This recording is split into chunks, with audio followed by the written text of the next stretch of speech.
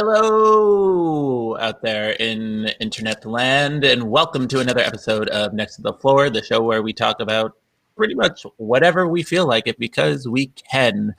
We talk about dance, politics, life, art, whatever comes to our minds because we're adults and that's how things work. My name is Harrison. I'm your host with the most. I am joined by the indefatigable Bjorn Anselm.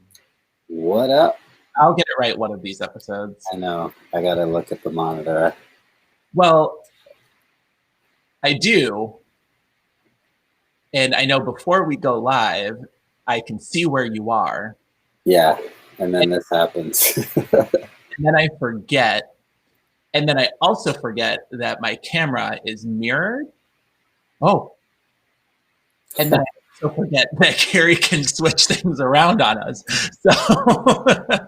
So it's a never ending mystery confusion. Keep them guessing. So we are again here to solve the great debate about what is the best flavor of Pop-tart. But we're both in cahoots. We both know what's up. Right. And we're starting off. We're here today to start off today's episode strong by making a very clear line in the sand by saying that brown sugar and cinnamon Pop-tarts are hands down, without a question, no contest, the best flavor of Pop-tart ever. And if you have a differing opinion, A, I don't want to hear it.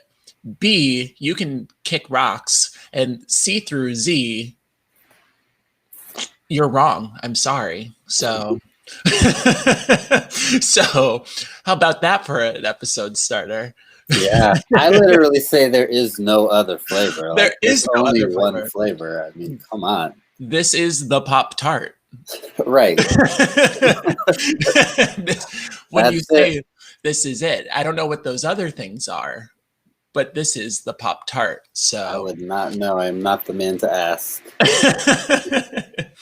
But I guess if you want to share your opinion on something that's already been decided, you can leave a comment below about what you think is the best flavor of Pop-tart, and we'll just tell you that you're wrong. So, right.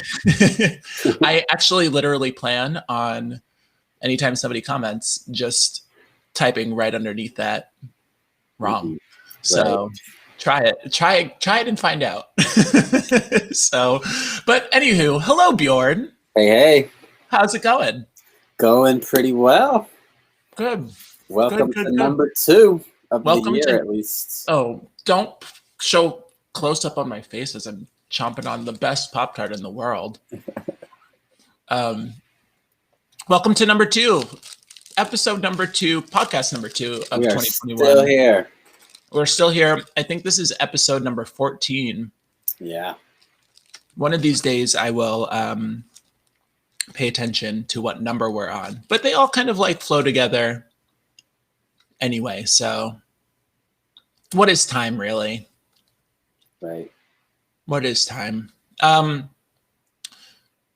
What are we talking about today? What do we got? What do we got? What do we got? What do we got?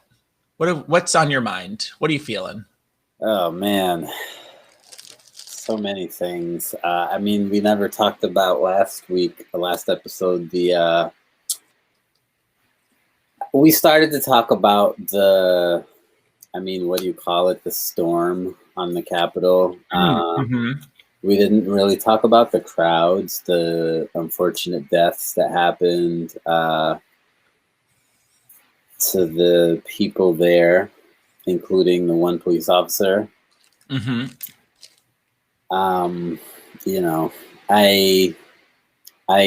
never, I don't want anybody to die by any means. Obviously we die naturally, and even that is sad, but especially to die before, your body is spent, and to die for something that many are just gonna flat out just call it idiotic. It's such a waste of life. And unfortunately, in this climate, we're talking about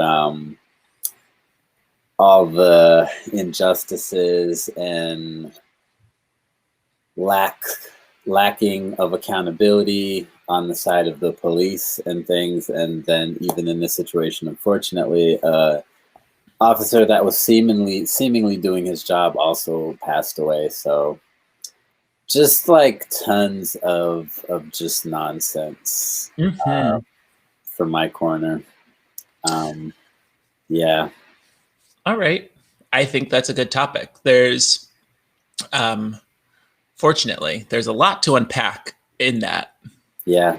There's a lot. So, well, let me start by, let me just start. I'm just going to start.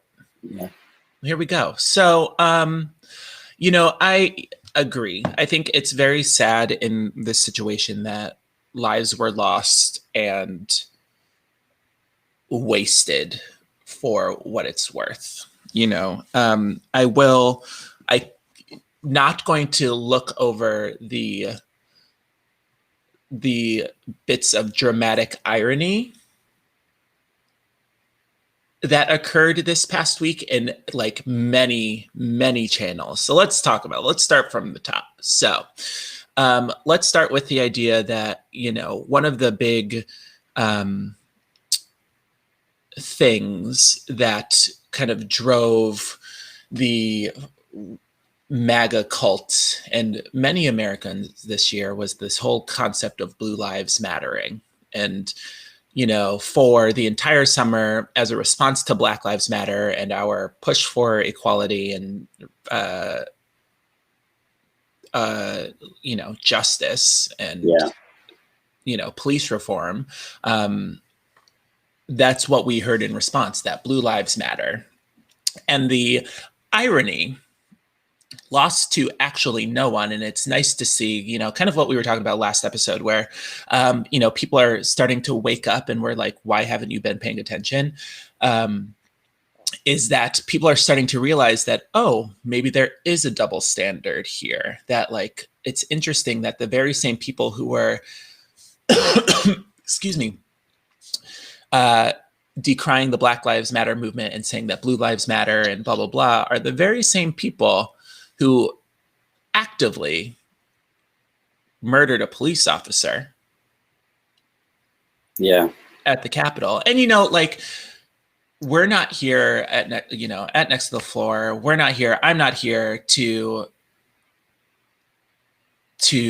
call for the murder or killing of anyone. We're just asking for the police to be defunded. That's all we're asking for. We're not asking for the police to be murdered. We're asking them to just be held accountable. But yet here we are with the same Blue Lives Mattering crew doing the exact opposite of what they claim to be about, which just makes you wonder, and by makes you wonder, I mean, this is the point, is Blue Lives Matter really about being appreciative of the police, or was it just a way to get Black Lives Matter to shut up and deflect? So there's your think piece for today. So there's your first bit of dramatic irony that, you know, a police officer was killed by the very same Blue Lives Mattering people. You've got the dramatic irony, and this is more of like the like Alanis Morissette, O. Henry level of irony, in that one of the women who died, or one of the people who died, I don't want to like assume gender, but one of the people who died from being trampled by the crowd, she was a, you know, a big Donald Trump supporter, was in an irony lost on entirely no one, was carrying a "Don't Tread on Me" flag. So there's there's irony for sure in that. There is irony in the woman who was shot by the Capitol Police, in that not long after she was shot and then died um, in, you know, like I think she died at the hospital or died from her injuries. She died from her injuries regardless. She's already being, even though all of her posts and everything that she's put on her social media or had put on her social media beforehand, it makes it very clear that she was a diehard, like QAnon supporting, Make America Great Again Trump Republican. She's already being chalked up to being an Antifa plant by the very same people who, you know, planned the coup. And then there was one other person, I think there were 4 people total who died. One other person, that guy who died, died from a heart attack after he shot himself in shot himself in the balls with a taser and then died as a result of like a heart attack resulting from shock. So I guess there's some sort of there's an irony in there for sure that, you know, if you're gonna go out, you might as well go out in a shocking way. But I apologize for the untimely, unseemly pun, but yeah, there's a lot there. But I think let's talk a little bit more about Blue Lives Matter and Blue Lives Mattering and using that as I don't even know what to describe it, like the thin blue line. What a cock and bull thing. That's all I can say. It's cock and bull. It's stupid. It makes no sense. It's, you know, it only showed up after Black people said, you know, Black Lives Matter. And then we were like, you can miss us with all of that All Lives Matter stuff. Ugh. That's all I got. Yeah. I mean, I'll say, as a child, if you ask a little boy what he wants to be when he grows up, many of them will say a police officer, because what's presented at that age is that there's a society established where when there's crime, there are people that can help you. And so people grow up with that mentality that they want to help people in that way. Mm-hmm. So I will believe that there are individuals, and I use that term strictly, not loosely, that want to become police to better their local environment or the world or whatever. However, as many of us are recently realizing, as some of us have known for a long time or believed for a long time, this country, America, was established on a lot of bad shit, basically. You know, and the police force is one of those things that was established not all the way back then, but pretty far back then, and on top of some of that same shit. So, you know, it's like the soil is bad. How much good crop can you get from the bad soil? Exactly. Well, you know, it's that same idea that, like, you know, if you've got one bad apple, we don't have a problem with there being the occasional bad apple on the tree. It's not just the apples that are bad, it's the tree and the soil that it's grown in, right? It's like the tree being the entire criminal justice system, and then the soil just being America as a whole. Like the soil is bad. I'm not here to, I don't know that, I don't want people to interpret that saying that, like, you know, I'm very grateful for the fact that I have grow up in America or whatever. I'm not going to like hop on a podium or like on a soapbox and say like, go America, whatever. Like, I find that there are a lot of things in this country that are complete and utter nonsense and BS. But I'm very grateful for the opportunities that I have because I live here. However, we can't sit back and ignore the fact that, you know, our country was built on the entire, well, first, I mean, you know, you got to start with the Puritans who were escaping religious freedom. However, in escaping the religious freedom, did this thing called like genocide and wiped out huge populations of native people. So that's exciting. So we've already starting off the birth of our country with the Pilgrims with bloodbaths. And then you've got the advent of the slave trade. So then the economy of our country is built off of the backs of black people, and slavery. After slavery ended, right, you've got the kind of the dawn of the modern policing system, wherein the policing system in America, outside of kind of like your normal like constable sort of person maintaining laws within the city setting, you have the modern idea of the policing system, which were effectively created to be just slave catchers. Like their whole goal was to be a slave patrol and catch any runaway slaves and bring them back to whoever their master was. And that never really changed, especially after, you know, the dawn of Jim Crow, where slave patrols, now that slaves are free, right, slave patrols were effectively like made, you know, defunct, but all of those people still had to do some sort of job. So their entire goal was just to basically like keep the law, which the law being Jim Crow was just like continue to subjugate Black people and people of color. You know, eventually Jim Crow was overturned about a billion years later.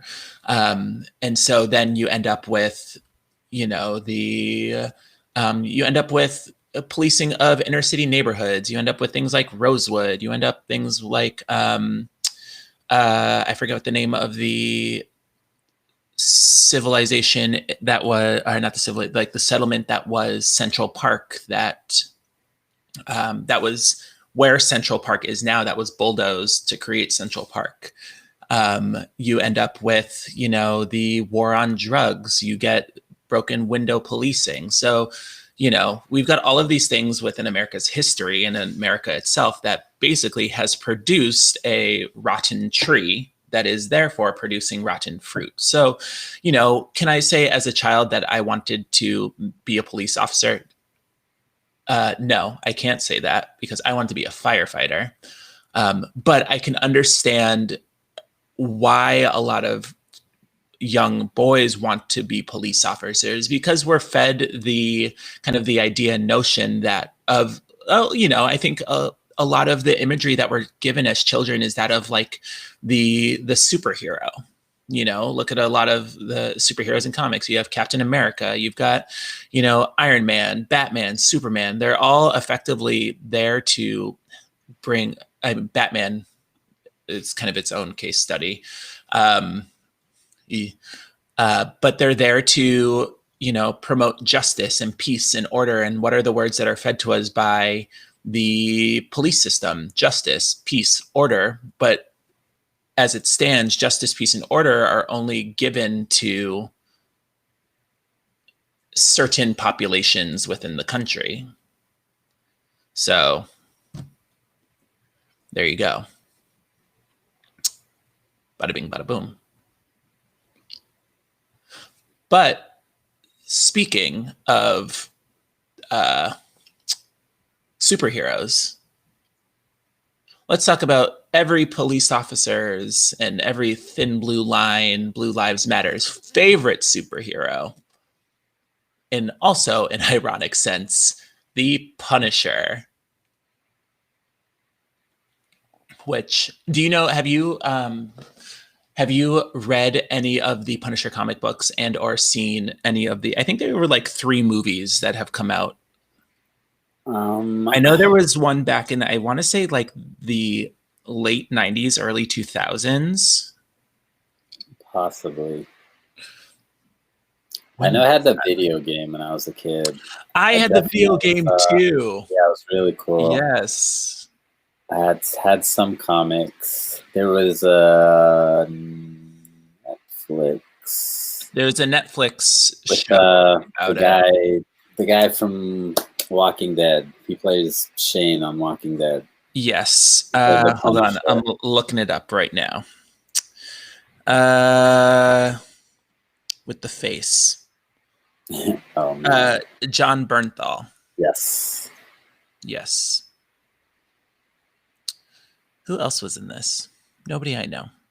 Okay. Punisher, the guy from Law and Order. No, yeah, yes, the guy from not Law and Order SVU, but just regular Law and Order. Regular law. The uh let's see who is in this top series cast. John Bernthal, Amber Rose, dot dot dot. Amber Rose something or other. Ben Barnes. Jason R something or other. Jason Moore. Somebody else, Josh Stewart. Who knows? Anywho. Right. I think the first movie came out in 2004. Hmm. But anywho, for those of you at home who don't know or aren't familiar with the Punisher as like a character or as a concept, he is basically, he's an anti-hero, 100%. He is a formerly a like a Marine or police officer who his whole entire thing, like his whole entire storyline and his whole goal is just to seek revenge for the murder of his wife and his son. I mean, rightly so. And it turns out that the people who were responsible for the death of his family were I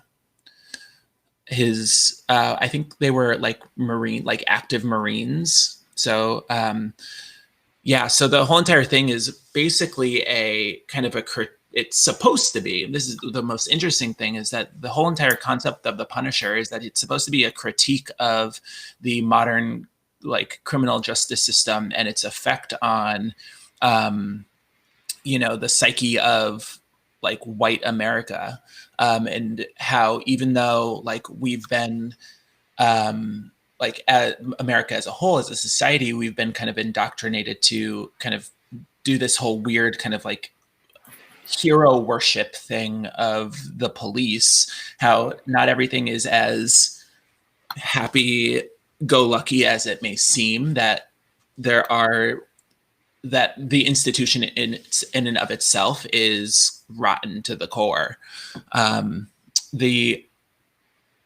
What's I think the most interesting thing is that the image of the Punisher, I know Gary flashed the image up there earlier, has been kind of adopted by a lot of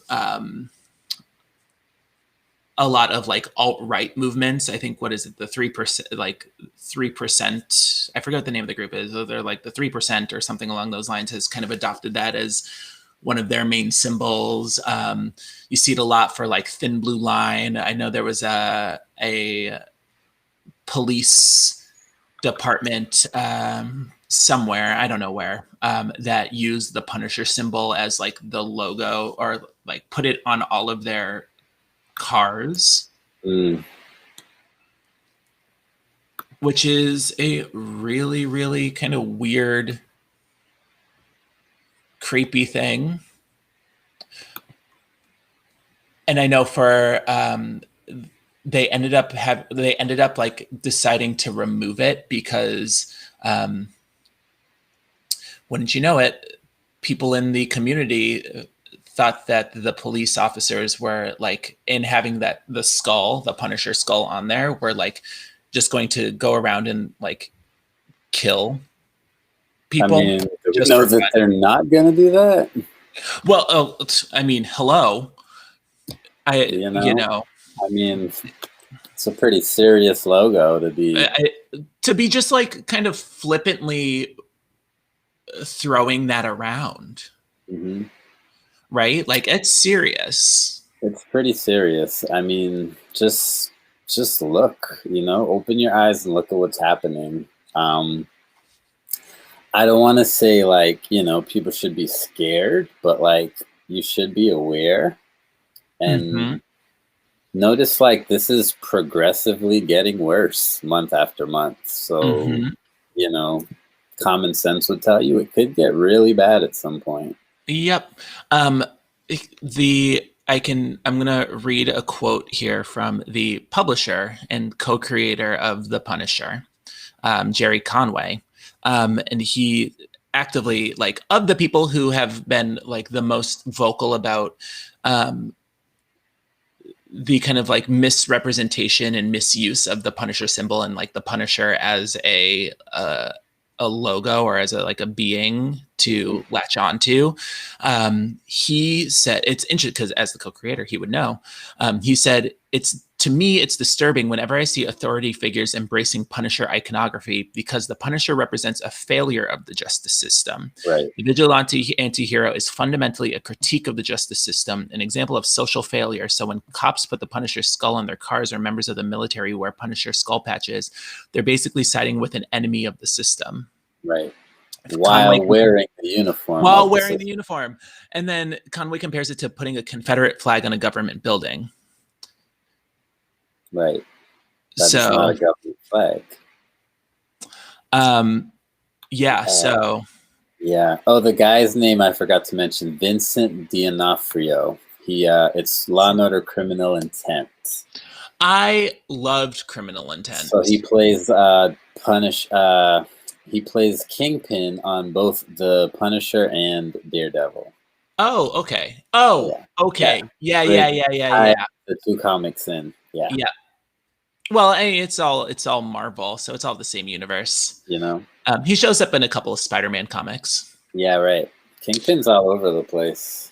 Um, As one is, right? as you know, as a kingpin is wont to be. You know? Um, oh, you said something a second ago, and I was like, oh, Law and Order, Law as, and like Order. as a television show, not the concept of Law and Order.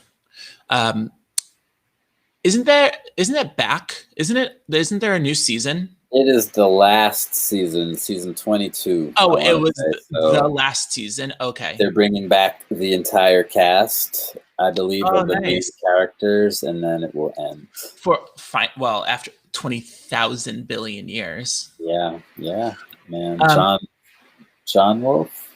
Yes. the like tall guy with the face. You Uh, know. the, the cop. Oh, the cop. Okay. No, Wait, what did you mean?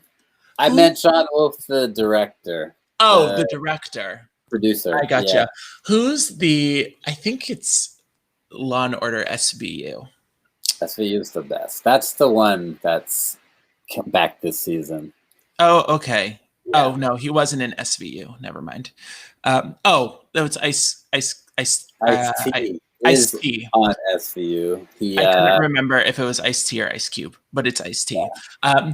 We're going to talk a little bit more about Law and Order just because it's a show that I love and Ice T. and he was there from the start. From the drop. But 22 we're going to talk years. about this a little bit more after our commercial break.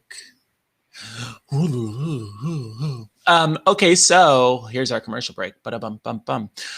Today's episode of Next to the Floor, episode number whatever we're on, is hashtag not sponsored by the lovely people over at Melanin Apparel. Melanin Apparel, maker of some of the coolest Black-centric stuff. That Nina Simone mood t-shirt is everything. And I know one of our supporters and followers, Isabel, won that a couple of episodes ago. So yeah, they're our hashtag not sponsor for today. So if you want to enter our hashtag not sponsor giveaway, we do this every single episode. Make sure you leave a like and a comment below. You can, I will let you know if your comment is about any other flavor of, toasted pastry. You won't be entered just because that is an incorrect answer. You get double entries for saying that your favorite Pop-Tart is the correct flavor. I'm just kidding. Everybody who comments and likes the video will get entered, but you'll get extra bonus points maybe if your favorite flavor happens to be brown sugar and cinnamon, because that's the only flavor that's correct. Right. So make sure you, right? Hello. It's not that hard to do the right thing. Do the right thing. You can also, aside from getting extra bonus points, brownie points from choosing the correct Pop-Tart flavor, there's only one. We already told you what it was.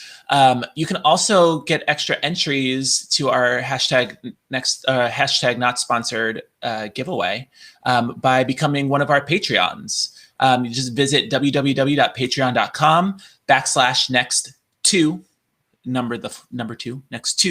the floor. The link will be below in the description, but visit there. Become one of our Patreons. You can support us in a couple of different ways. Each tier of support gives you different things: early access to videos, monthly AMAs, bonus entries in our Next to the Floor hashtag not sponsored giveaway. Show us a little bit of love and support. Help us keep the channel up and running, and that will allow us to continue to create fun content for you guys. Basically, episodes where we just talk about random things like The Punisher and Law and Order SVU. So yeah, check out patreon.com/next to the floor, and Melanin Apparel at melaninapparel.com. And now back to you. Oh, or should I say back to SVU? Oh. So let's talk about Law and Order, just as kind of like a segue to talk about something a little bit more lighthearted than a lack of law and order. A lack of law and order, a general lack of law and order. Okay. So before we get into law and order, let's talk about that phrase, law and order, and the general lack of law and order. I feel like people have a very weird, and I kind of said this before, like this weird obsession with the police. Like this, when did we put, what is this like weird like hero worship we as I'm going to say we as Americans, like society, do with our police and our military? Not disparaging the military. I know Gary is a vet, but what is the hero worship? What is that? Well, I am also a vet. I know you're also a vet. I apologize. My man Gary. And police, because honestly, they're good police in the world. But side Gary, we're gonna leave that out of the podcast. We're gonna leave that one out. But yes, Gary, all the way. I lost my train of thought. That one took you. That one took me. Oh, the police. Yeah. No, what were we? I'm so sorry. That's just okay. Knocked me. It was a very good comment. Good one, Gary. Very good comment. If you're one of our Patreons, we'll let you know. Yes, absolutely. Exactly what Gary's feelings are about the military. Sign on up. The hero aspect. Hero worship. Why do we do that? Propaganda, for one. Mm-hmm. There's a phrase, to the victor go the spoils. Mm-hmm. two phrases. The other phrase is he who wins the war writes history. Mm-hmm. Right? Mm-hmm. What that says to me is don't believe anything, Mm-hmm. because the person who won is going to tell you they were a hero. Mm-hmm. Uh, I would like to point mm, everybody towards everything you learned in American history. and coming to you from a veteran, you know, most times there is no good side in a Mm-hmm. war. There are governments, and Mm-hmm. just like how we don't all feel fully represented by our American government, Mm-hmm. people in other countries probably feel the same way. Mm-hmm. Um, and it is what it is. People with guns and gold, respectively, make the laws in the world. That's the way it works. You may not believe that, but Mm-hmm. don't pay your taxes this year. Tell me how that goes. Hey. Right? So that concept, to circle back to my point after all my rambling, um, you know, we are given a picture of a hero, a Santa Claus or whatever it is, where there's, and it typically is some white guy, you know, just to Mm-hmm. be straightforward. Yep. Um, in history, my experience, it's normally to hide some injustice that happened. There's a Mm-hmm. hero created. Mm-hmm. The, hey, look over here, because I don't want you to see this happening over here. Yep. Yep. It's Yep. what they Yep. use athletes for, Yep. and every other thing, you know, and you keep falling for it, so why wouldn't they keep doing it? Hmm. Well, this is an easy topic for another day, but it's interesting that from a military industrial complex, there's a whole lot to be said there, but the propagandization of the military and the use of military recruiters in lower income areas. Mm-hmm. There's a whole topic that we can talk about the military. So I think we'll save that for another episode. Yeah, That's a whole another rabbit hole that we can dive I'm down. But gonna we're write that talking, down actually. yeah, we'll talk a little bit more about the military, because I don't know if you know me, but I'm not a vet. I did Hello. know that. I did know that. Hello, I'm not a vet. Um, so, I think our viewers at home would be very interested on some takes there. But I find that, that phrase law and order, like that has been used so flippantly by our no longer president. Yay. I can say that now, What a jerk. Donald J. Trump. Um, that like what does that mean, like law and order? Because I feel like those two phrases are still, even though they're very specific about, I think, what his intent is or what the intent of the phrase is, but I think they're words that are still very vague in concept. Yeah, totally. Like to have law and order, like what we saw at the beginning of the month, that was the opposite of law and order. It was definitely the opposite of order. Absolutely. And just a lack of knowledge of laws, or lack of Yeah, respect. I don't even know. right. Like there was no law to like. There was definitely law in the sense that it was like kind of a kind of like Murphy's law sort of thing, where like if something's going to go wrong, it will, Mm, and it did. mm-mm-mm. But there certainly was no order to it. Like I don't think there was a plan. Oh man, I mean they on Well, there was definitely a plan, but there was no. It was planned, but there was no plan. yeah, yeah. They Don Lemon was talking about the audio they had, some of the, I don't even know. I don't know if there was a leadership structure or like a general goal. I'm still lost. I think most of us are, but they have audio of some of the people that stormed the Capitol building, voicing that they wanted to string up Pence and hang Oh him. yeah.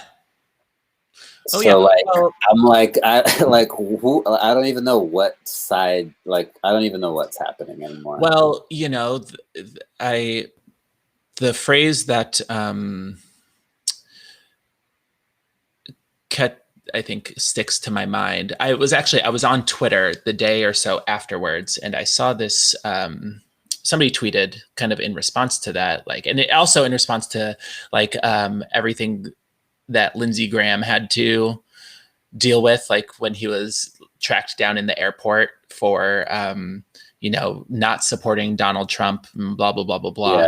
Yeah, The big ideas there that people were saying was like, well, if it isn't the consequences of my own actions, you know, like yeah. and people saying like, oh, looks like the chickens have finally come home to roost. That was a big one. And then somebody said, oh man, I wish I could find the tweet. I should have saved it. It was funny. I'll find it and then I'll post it on our Facebook page. But it was Yeah. basically somebody about like, I can't believe I just, I can't believe I walked out to my garden and dug up the ground where I planted all of these seeds to find that they have grown. Like imagine setting yourself, imagine setting the stage for all of this to happen, turning your back on the people that you've set up to make this happen, and then not expecting them to turn on you in return. Yeah. I was saying it reminded me of Malcolm X when he was interviewed after John F. Kennedy was killed. Mm-hmm. Mm-hmm. Many people think this is what caused his break from the Nation of Islam, was they didn't want him to comment on it because he was like very cynical at times. And his response was basically like, well, you created this hell and you thought it would never affect your people. It was only going to affect Mm-hmm. the black Mm-hmm. people. And unfortunately, JFK, who was seemingly a freedom fighter of sorts, ended up a victim of that same type of hatred. Yep. And it's the same thing now. It's And gonna hurt everybody. And I think the part I want to drive home to everyone. I think this is the part that I want to drive home to everyone. And we talked a lot at last episode about like, it's shocking that people are so shocked about this entire situation when, in a similar vein to Malcolm X, like, what did you expect to happen when you created this whole problem from the drop? Like, as I said, I'm on Twitter. I'm on Twitter and I'm seeing people tweet things on Twitter. Not Donald Trump anymore, LOL. However, a friend of mine is on Twitter and he posted, when will white people wake up and realize this is something that we people of color, being people of color, and everyone else has been saying was going to happen for a long time. Like, when are people going to wake up and realize that this is a reality and an issue? And my first thought, and actually my comment on it, was specifically that it won't matter to white people until it actually affects white people. Until it becomes such a pervasive issue in the white community, they, and I say they like with a capital T, and I'm broad stroking this and I don't care. They will not care until it becomes an actual issue for them. You saw it with the AIDS epidemic, that it wasn't an issue. It was first of all, and I'm going to speak on the AIDS epidemic. It wasn't an issue with the gay community as a whole until it started affecting white gay people. It was a issue in the Black gay community, for sure, for a very long time. And then it became suddenly a huge issue in the gay community as a whole because it started affecting white people. Similar to the heroin epidemic that the United States is currently facing, drug abuse and the drug issue has always been a problem, and was largely a problem, has always been a problem within the Black community. I will refer everybody to, the war on drugs and the proliferation of drugs into Black communities by the CIA and FBI. That was the solution, right? Yep. So it has always been a problem for Black people. And it has only become, only become a national issue and a national crisis because it has now started to affect white communities, and not just like your run-of-the-mill, like rural white community, because it's affected rural white communities for a very long time too. It's only become a problem because it has started affecting rich, and wealthy white communities. Right. So like the heroin and opioid epidemic that we're experiencing right now, and you're seeing a lot more attention paid to it in Boston.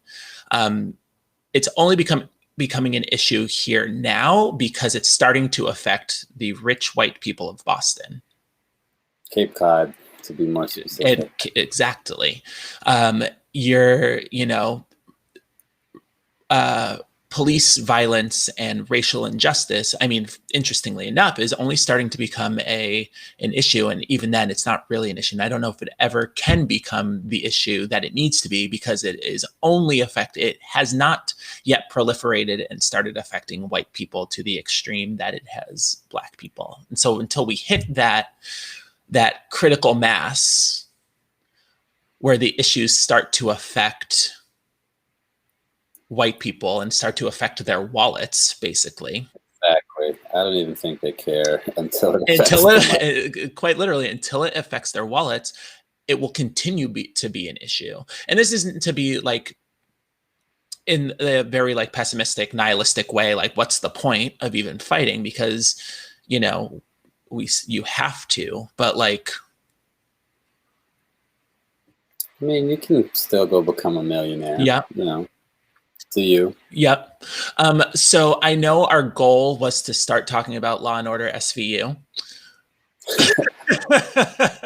But we're American. Hands down one of the greatest television series ever to be created. Yeah, 22 seasons. 22 seasons, still going strong. And I would like to give all of the credit specifically to Ice-T. Ice-T is the man. And you've had every person ever was a guest star on SVU. The list is ridiculous. It's absolutely this guy. Christopher Maloney. Yes. I want to say his name. Thank you. Yes. He actually has a relative that's a dentist in, I want to say, East Boston. Oh, fun. Like his uncle or something, yeah. I feel like everybody's got to cut, yeah, right. Everybody's related to Marky Mark Wahlberg, all right.